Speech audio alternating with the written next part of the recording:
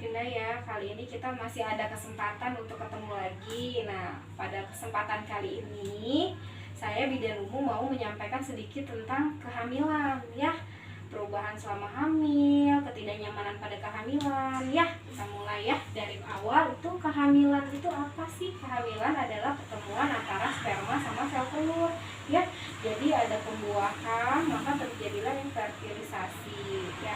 Hamil kemudian pertumbuhan bayi di dalam rahim ya. Nah, selama kehamilan itu tentunya akan ada perubahan tubuh ya. Dari perubahan fisik, salah satunya dari yang nggak pernah jerawatan bisa jadi jerawatan, ada mual, muntah, penambahan berat badan, keputihan ya. Kalau di sini gambarnya kurang lebih kalau 5 bulan seperti ini. Posisi perutnya sudah mulai terlihat ya, berat bayinya 700, kemudian di 7 bulan sekitar 1,6, di 8 bulan sudah mulai hampir 2 kiloan ya, sudah mulai ada garis-garis namanya stretch mark biasanya di perut ya. Kemudian 9 bulan kisaran bayinya sekitar 3 kilo, 2,5 sampai 4 kilo normalnya ya. Nah, biasanya keluhannya ini ada sakit pinggang ya, terus kaki bengkak. Nah, kalau Mbak Arvinda di antara ini ada yang dirasain nggak? Semuanya sih. Semuanya ya. Iya, kalau sakit pinggang ini kan karena memang posturnya ibu hamil tuh akan kayak seperti menonjol seperti ini ya. Jadi tulang belakangnya tuh agak sedikit condong ke depan. Nah, itu biasanya efeknya akan terasa nyeri pinggangnya. Nah, cara mengatasinya biasanya kita meluruskan punggung kita nih ya. Punggungnya dilurusin ya. Kalau bisa nanti ada senam-senam hamil sedikit ya, nanti Mbak Arvinda bisa coba di rumah ya.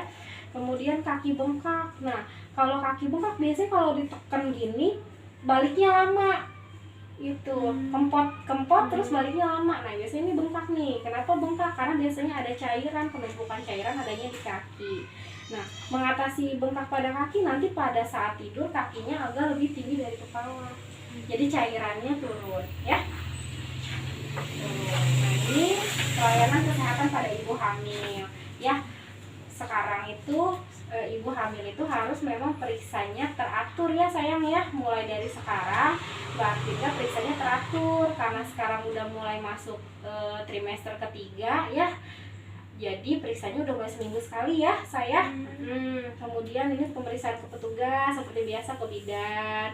Kemudian salah satu pemeriksaannya biasanya ditimbang, ditensi, ukur perut, kemudian dengerin denyut jantung, ada periksa lab juga ya. Terus ada pemberian tablet tambah darah ya, yang harus diminum sehari 1 sampai 2 kali. Kalau dalam keadaan anemia harus ditambahin ya. Kemudian ada pemberian imunisasi tetanus toksoid. Nah, imunisasi ini gunanya untuk melindungi ibu dari infeksi tetanus. Karena biasanya pada saat persalinan kan akan ada luka jalan lahir. Nah, fungsinya untuk menghindari infeksi di luka itu ya. Lanjut lagi ya. Nah, ini kita masuk ke pengaturan gizi. Nah, kebutuhan gizi ibu hamil itu 2 kali lipat daripada dalam keadaan ibu tidak hamil. Jadi bukan berarti kita harus makan 2 piring nasi, 2 piring sayur, bukan. Tapi kita makannya porsi kecil tapi sering, dengan komposisi kayak gini sayang. Makanan pokoknya lebih banyak, disertai buah sayur. Porsinya nomor 2 lebih banyak.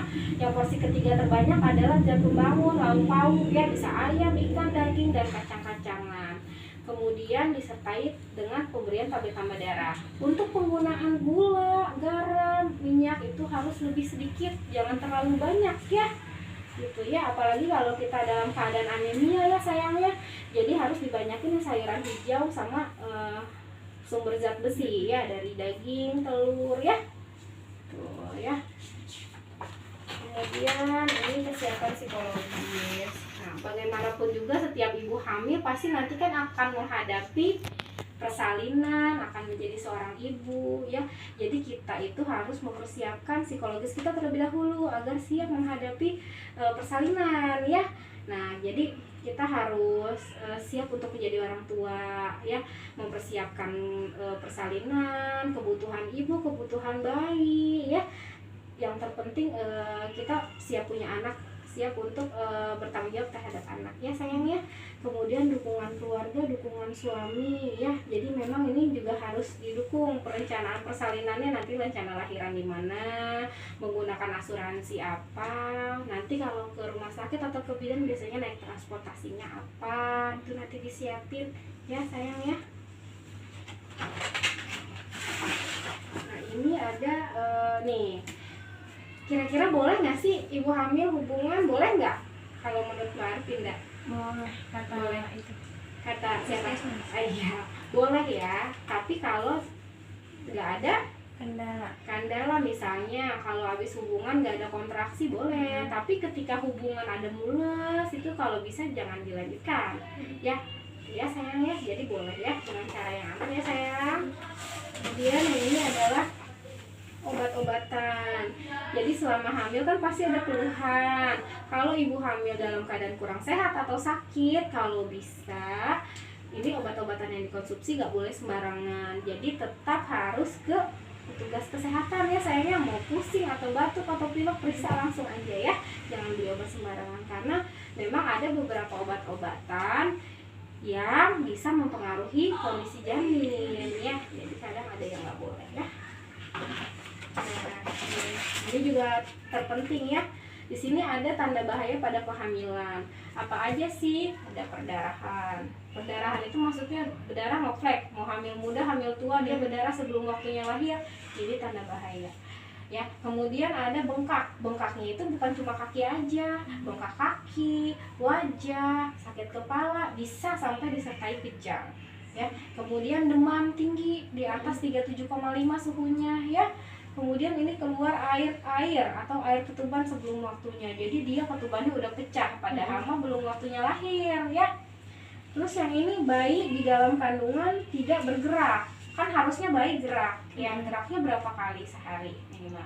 Banyak sih, gerak mulu. Iya, harusnya minimal 10 kali dalam 12 jam. Seandainya kurang dari itu harus segera periksa ya karena masuk di tanda bahaya ya.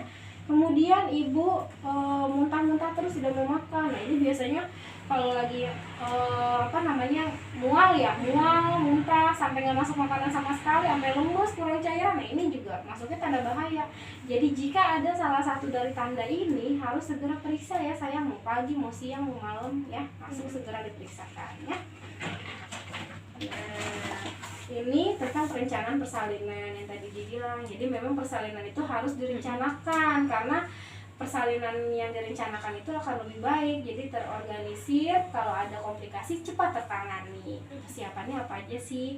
Yang pertama harus tahu tanggal lahirannya kapan. Kalau mau siap-siap tanggalnya nggak tahu kan nggak bisa ya. Kita tahu dulu nih kita lahirannya tanggal berapa. Mbak Arvina rencana taksiran lahir tanggal berapa? Tanggal 8. Tanggal 8. Berarti kan sekarang harus udah mulai siap-siap ya, disiapin ya. Kemudian menentukan penolong tempat persalinan. Rencana mau lahirannya di mana, siapa yang nolong lahir ya. Kemudian yang 3 biaya persalinannya. Nah, ini biaya persalinan selain uang, itu juga asuransi yang mau dipakai, asuransi apa. Kemudian yang ini menyiapkan kendaraan. Nah, nanti kalau mau ke tempat persalinan naik apa? Ya kan? Mau pakai motor, apa naik angkot, apa naik mobil gitu ya. Kemudian ini juga nih yang nomor 5 adalah calon donor darah.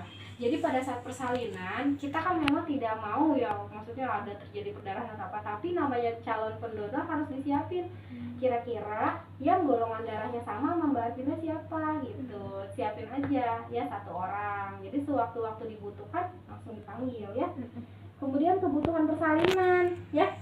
Nanti disiapin perlengkapan bayinya, bikin 6 set, perlengkapan ibu 3 set, buku KIA, berkas-berkas, pembalut, anduk ya, sama berkas ininya yang BPJS-nya ya, sama nomor handphone yang standby itu nomor handphone yang bisa dihubungi ya. Kemudian udah selesai, itu aja ya. Mudah-mudahan semuanya sehat, lancar, tidak ada kendala. Ada yang mau ditanyain nggak Mbak Arvina? Enggak.